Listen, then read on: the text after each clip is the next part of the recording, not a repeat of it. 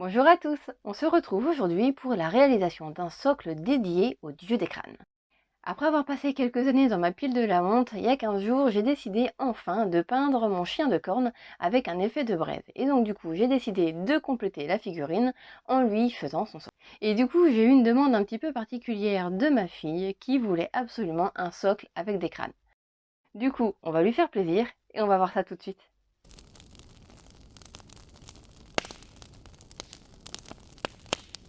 Donc on va commencer par appliquer de l'Armageddon Dust sur le socle de notre figurine. Alors comme vous voyez, il y a des résidus de liège sur le socle. C'est tout simplement parce que cette figurine, je l'ai achetée sur un site d'enchères bien connu, qui est arrivé déjà donc peinte et soclée, et j'aimais vraiment pas le résultat, donc c'est pour ça que je l'ai décapée et qu'on va recommencer l'ensemble. Donc une fois que notre texture sera sèche, on va venir coller par-dessus un bon gros crâne issu de ma fameuse boîte de crâne de chez Citadel. Maintenant, on va venir découper des petits morceaux de liège que l'on va superposer pour créer une plateforme, une espèce de grotte qui va recouvrir en partie notre crâne.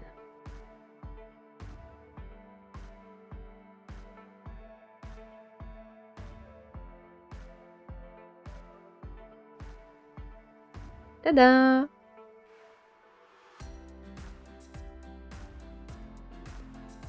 Alors comme ce socle est dédié à Corne, le dieu des crânes, on va venir agrémenter quand même un petit peu notre décor de quelques crânes disséminés par-ci par-là.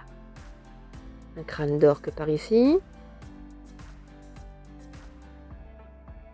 un crâne de porte-peste que j'aime vraiment beaucoup par là, et quelques crânes humains.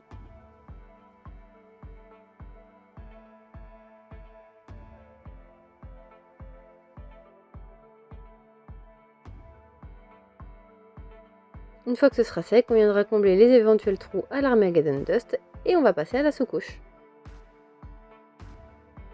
Comme souvent avec moi, le socle sera sous-couché en blanc, ce qui permettra au sol de recevoir une couche de Black Templar.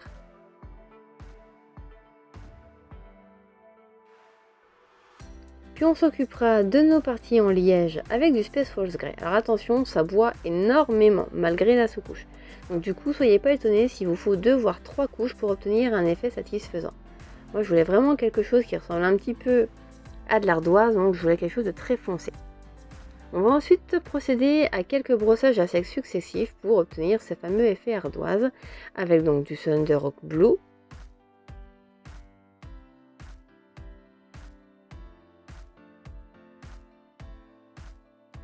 du Fenrisian Grey,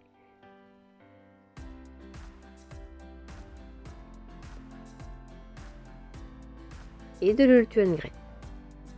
Donc l'Ultuan Grey, on va vraiment le concentrer au niveau des arêtes, histoire de créer des jeux d'ombre et de lumière.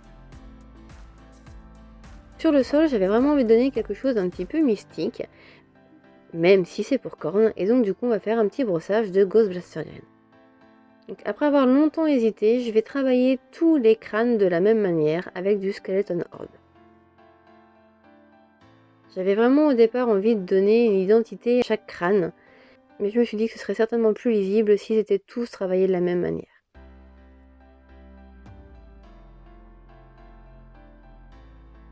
On va maintenant venir éclaircir leurs arêtes à l'Ushaptibone.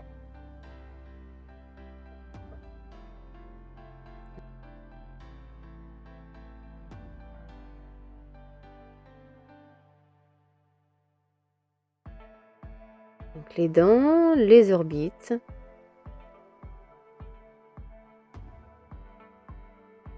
les pommettes, ainsi que tous les différents orifices à mettre en valeur.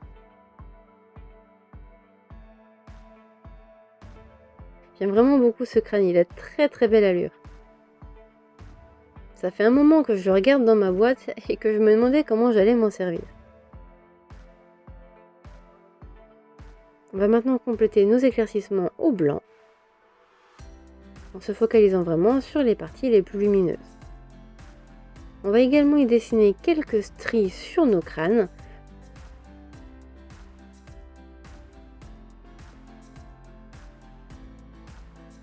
pour leur donner un petit côté un peu plus usé.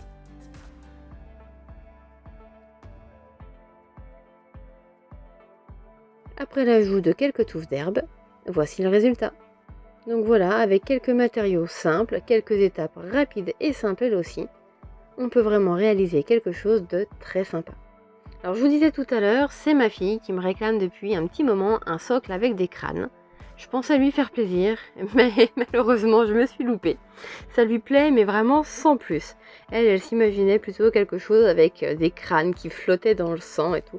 Donc je pense qu'on réitérera l'exploit. Donc j'espère que cette vidéo vous a plu, et moi je vous dis à très vite.